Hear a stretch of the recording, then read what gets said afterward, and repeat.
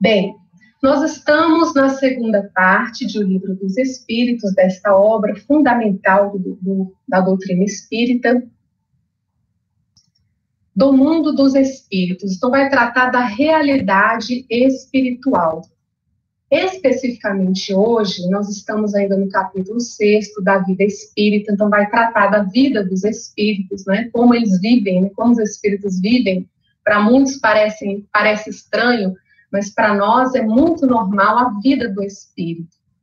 E especificamente o item 3, percepções, sensações e sofrimentos dos espíritos. Então são 9 itens nesse capítulo 6º, e esse tema, ele vai se desdobrar.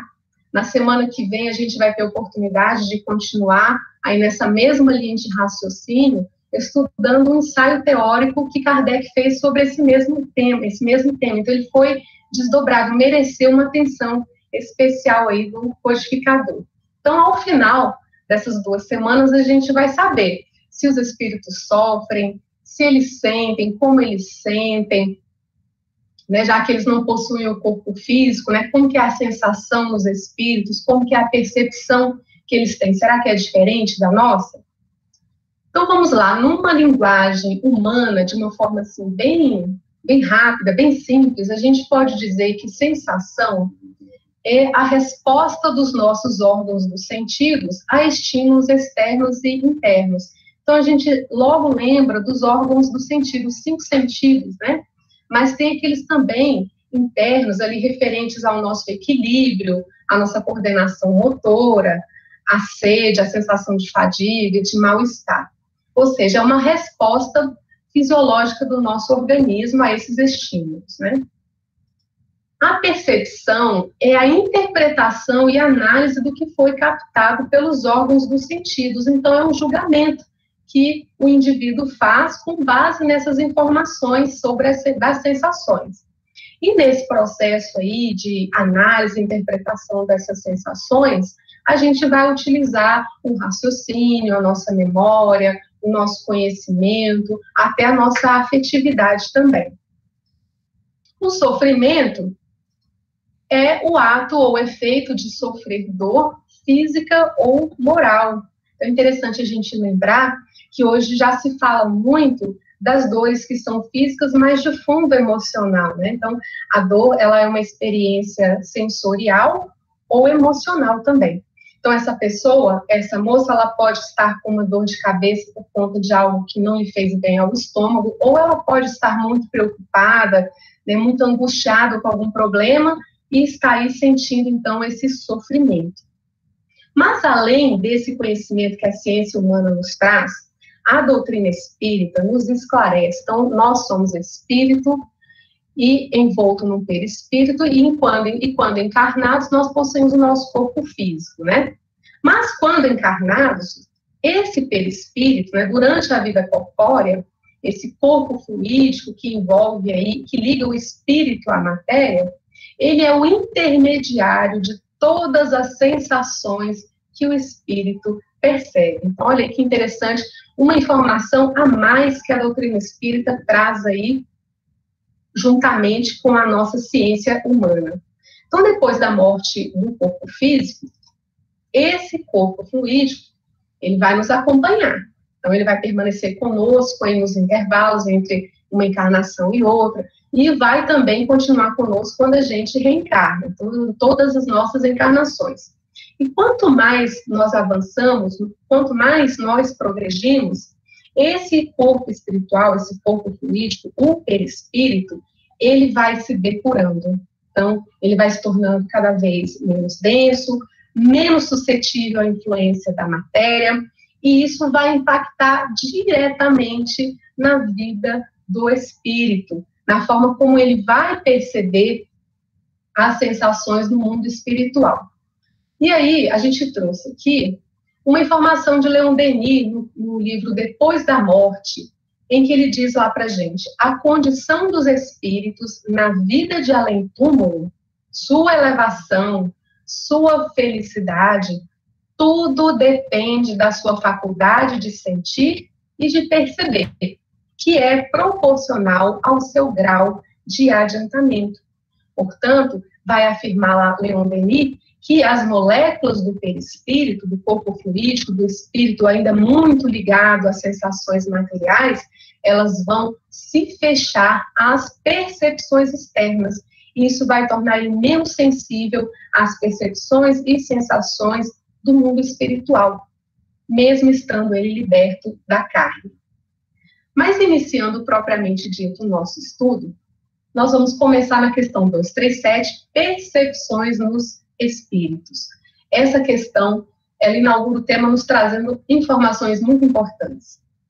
Voltando ao mundo dos espíritos, a alma conserva as percepções que tinha quando encarnada, além de outras, já que o corpo físico as obscurecia. Então, daqui a gente já estabelece que não é o corpo físico que possui a faculdade de perceber as sensações, mas é o espírito, que quando encarnado, ele possui então essas suas faculdades sensoriais limitadas pelo corpo físico, pelo organismo, como a gente viu lá no início, pelos órgãos dos sentidos, é limitado por esses órgãos. Então, o corpo vem aí limitar essas percepções do espírito. E aí Kardec, na Revista Espírita de 1859, abril de 1859, ele vai dizer uma coisa muito importante. A faculdade de perceber é inerente ao espírito. É um atributo de todo o seu ser. As sensações lhe chegam por todos os lados, e não em canais circunscritos. Mas aí Kardec pensou, bom, já que o corpo limita a percepção do espírito, isso quer dizer, então, que quando ele está liberto da carne, essas sensações são ilimitadas? E aí, lá na questão 238, ele vai perguntar, e aí, os espíritos sabem tudo? Porque muita gente acaba achando isso também, né? Que o espírito sabe tudo porque ele está desencarnado. E aí eles vão dizer o seguinte, que só por ele ser um espírito, por ele estar desencarnado, ele não sabe tudo. Né? Isso vai sempre depender do seu grau evolutivo, do progresso que ele já obteve intelectual e moral. E aí ele vai dizer lá, quanto mais perfeitos, mais eles sabem. E aí nós nos lembramos de uma observação que Emmanuel faz lá em O Consolador, uma obra em que ele responde a questões sobre vários temas de forma profunda, né? Temas científicos, bem técnicos, e ele vai dizer o seguinte, ele vai alertar que o espírito desencarnado não encontra os milagres da sabedoria, então tem que fazer sua parte, tem que estudar também, né? E aí ele vai dizer que a própria contribuição dele naquela obra era justamente a relativa ao seu grau evolutivo, e que não esperassem que ele fosse trazer aí as soluções definitivas para aqueles temas. Então a gente vê aí a seriedade desse mentor. E nessa mesma linha de raciocínio, na 239, ele vai perguntar se os espíritos conhecem o princípio das coisas, porque a humanidade anseia tanto em descobrir o princípio, como tudo começou, a origem de tudo, e vai sempre encontrando barreiras ali, relativas ali ao conhecimento que já foi acumulado. Então, chega um certo ponto que não se avança. E aí ele vai dizer que o conhecimento do princípio das coisas também é proporcional à elevação do espírito. Os espíritos de ordem inferior, dizem eles, não sabem mais do que os homens. Então, assim, a gente vê que mesmo espíritos já com grau de adiantamento, como Emmanuel, André Luiz, quando eles nos trazem informações que remontam aí ao princípio das coisas, eles sempre têm o cuidado de dizer que a percepção deles também é limitada, né? E o tempo para os espíritos? Como que é a percepção dos espíritos do tempo? A noção deles de tempo é diferente da nossa. Eles vão dizer lá que as nossas convenções humanas, como hora, dia, mês, anos, não se aplicam aos espíritos. E aí Kardec, no comentário à questão, ele vai dizer que os espíritos vivem fora do tempo como o compreendemos. E isso gerou, na Gênese, um comentário muito interessante de Kardec, que nos ajuda muito a compreender algo que para nós é tão abstrato. Então, ele vai comparar o espírito a uma pessoa que está numa montanha, num lugar bem elevado. Isso vai dar a ele uma visão de conjunto. Então, aquilo que para nós é presente, só presente, para eles é presente, futuro e passado, né? Mas essa percepção, ela também vai ser relativa ao grau de evolução. Então, quanto mais desmaterializado o espírito, mais a percepção de que tempo e espaço não existem. Então, dada a densidade, a gente viu lá no início, né, dada a densidade do seu perispírito, alguns espíritos mais arraigados à matéria, eles não têm como se afastar do globo. E aí a percepção deles fica parecida com a nossa aqui de encarnados, né? Ficam aqui presos a essas sensações circunscritas e muitas vezes imaginam até que ainda possuem um corpo de carne. E nessa obra muito interessante, Cartas de uma Morta, de Maria João de Deus, que quando encarnada era mãe do Chico Xavier, e a psicografia dele também, ela vai dizer que o tempo aqui, lá no plano espiritual onde ela se encontrava, não se conta pelos cronômetros terrenos. E o fenômeno do dia e da noite é, portanto, diversificado. E nessa mesma esteira do tempo, como que é o conhecimento dos espíritos sobre presente, passado e futuro? Né? Que muita gente acha que ele sabe tudo sobre o futuro, passado, presente, e aí a gente vai encontrar nas questões 241 a 243A. Sobre o presente. Da mesma forma que entre nós, a percepção do presente vai variar conforme a capacidade de cada um. Então, se a gente imaginar um especialista, hoje a gente vive um momento de pandemia. Quando a gente vai escutar um especialista, um epidemiologista, um virologista, um infectologista, eles têm uma noção de conjuntura muito melhor que a nossa, que nós somos leigos no assunto. Então, eles são capazes de criar cenários para o futuro, prognósticos, até números, né? E eles acertam, porque eles têm muito conhecimento sobre aquele assunto. Então, aquilo que para nós é o futuro, para eles é o presente.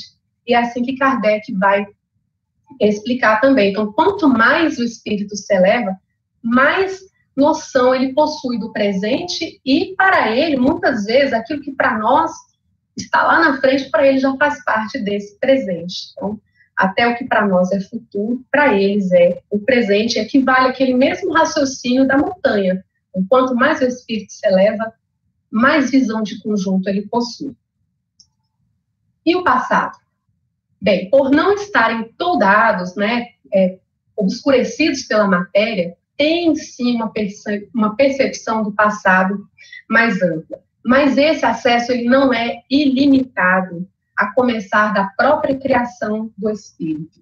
Na Revista Espírita de abril de 1859, Allan Kardec vai dizer que quando o espírito regressa ao mundo espiritual, ele tem uma fase de readaptação. E nessa fase de readaptação, só muito pouco a pouco, gradativamente, ele passa a se lembrar do passado, da sua última existência, e mesmo de existências passadas, mas jamais de forma brusca. E isso sempre dentro de da necessidade, né, da conveniência ali para a situação do espírito, porque nem sempre ele também vai se lembrar. E lembrando também lá em O Livro dos Médiuns, na segunda parte, nas perguntas que se podem fazer aos espíritos, a gente vai ter essa confirmação de que os espíritos podem, sim, nos revelar o passado, o nosso passado, existências anteriores. Algumas vezes Deus permite isso, tendo em vista a utilidade dessa informação, conforme o objetivo dela. Então, se for para nossa edificação, para nossa instrução, essas revelações serão verdadeiras, mas espontâneas. Isso é importante, elas não são forçadas. Mas nunca haverá essa permissão simplesmente para que a gente tenha aí a nossa curiosidade satisfeita, né? E naquela obra que nós já citamos, Cartas de uma Morta, Maria João de Deus vai narrar as experiências muito interessantes que ela teve de penetrar o passado longínquo, como ela diz. Então, ela fala que é uma faculdade que os espíritos possuem para fim de estudo e para conhecer, então, o passado da humanidade. E ela fala lá que não é um processo fácil e que muitas vezes é necessário o auxílio de espíritos mais experientes para que isso aconteça. E o futuro? Mesmo podendo entrever o futuro, nem sempre podem revelá-lo. E quando vem, parece-lhe ser o presente. Então, o conhecimento do futuro depende também da elevação do espírito, que o espírito tenha conquistado. e vale o mesmo raciocínio da montanha, né? Então, mesmo eles podendo também ter esse conhecimento do futuro, o critério da utilidade, do benefício à maioria, ele sempre vai ser observado. E lembrando também que só Deus possui o conhecimento completo do futuro. Mesmo o espírito que alcança aí o grau máximo de pureza, ele também não tem o conhecimento completo. Eles afirmam isso lá para Kardec. E a visão nos espíritos? Na questão 244 a 248, eles vão trazer informações interessantes sobre a visão. O espírito vê as coisas mais distintamente do que nós encarnados. Nada impede a visão dos espíritos, em princípio, né? Localiza-se nele todo. Então, essa visão dos espíritos não está circunscrita ali a um órgão, como nós encarnados, né, através dos olhos. Eles não precisam de olhos para enxergar. Também não tem necessidade do estímulo da luz para ver como nós encarnados. Então, os espíritos, eles veem por si mesmos. Mas é sempre bom a gente lembrar que existem espíritos em condições muito sofredoras, em estado de sofrimento profundo, e que eles podem se sentir no escuro, não enxergar. Então, nós vemos isso narrado nas obras que nos relatam as experiências no mundo espiritual, principalmente as de André Luiz, em que pode acontecer de o espírito ficar privado da sua visão.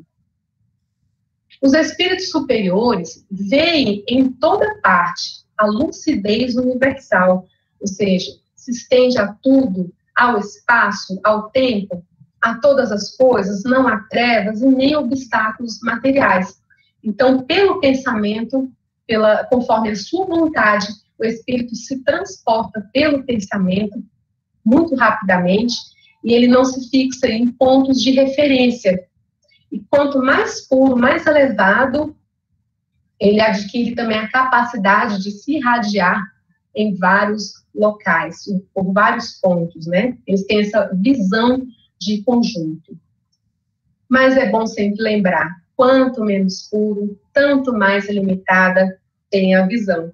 E a gente lembra de um episódio no Nosso Lar, que muita gente vai lembrar, quem leu a obra, quando ele nos conta sobre uma mulher que tentou entrar em Nosso Lar, mas ela foi barrada pela vigilância, né? Ao vê-la, André Luiz só enxergou um vulto. A enfermeira Narcisa, ela ficou impressionada e muito comovida com pontos negros que ela viu ali em torno da mulher, né? E André Luiz continuou sem enxergar nada. Quando chegou o chefe da vigilância, a sua percepção visual se mostrou ainda mais apurada, porque além dos pontos, de ver os pontos, ele ainda conseguia ver o que cada um deles representava ali no passado daquela criatura. Os espíritos superiores veem e compreendem Deus. Os inferiores o sentem e adivinham. Então, sobre a visão de Deus, existe essa diferença. E a gente se lembra, lá no início do Livro dos Espíritos, nas questões 10 e 11, quando os espíritos vão explicar para Kardec que a gente ainda não compreende Deus porque nos falta o sentido. Olha aí, nos falta o sentido para compreender a sua natureza íntima. Mas que um dia, esse é o consolo, né? Um dia, quando nós não estivermos tão obscurecidos, tão apegados à matéria, nós não só o compreenderemos, como também o veremos, né? E isso vai acontecer quando a gente desenvolver o nosso senso moral, que vai aí nos permitindo adentrar a essência, o âmago das coisas. E a percepção dos sons, como eles escutam? A sensibilidade à música, a gente acabou de ver uma belíssima canção cantada pela Cordélia, será que os espíritos gostaram? E também com relação às belezas naturais. Os espíritos percebem os sons, até mesmo imperceptíveis para nós. E da mesma forma que a visão, a audição ela não é circunscrita também a um órgão como em nós encarnados, né? Mas é importante também a gente ressalvar que há notícias de espíritos que, dado ao seu estado, em que a dor lhe impressiona de tal maneira, desorganizando-lhe a faculdade sensorial, que semelhante criatura é incapaz de ouvir o consolo fraterno ou a amiga exortação, nos conta também Maria João de Deus.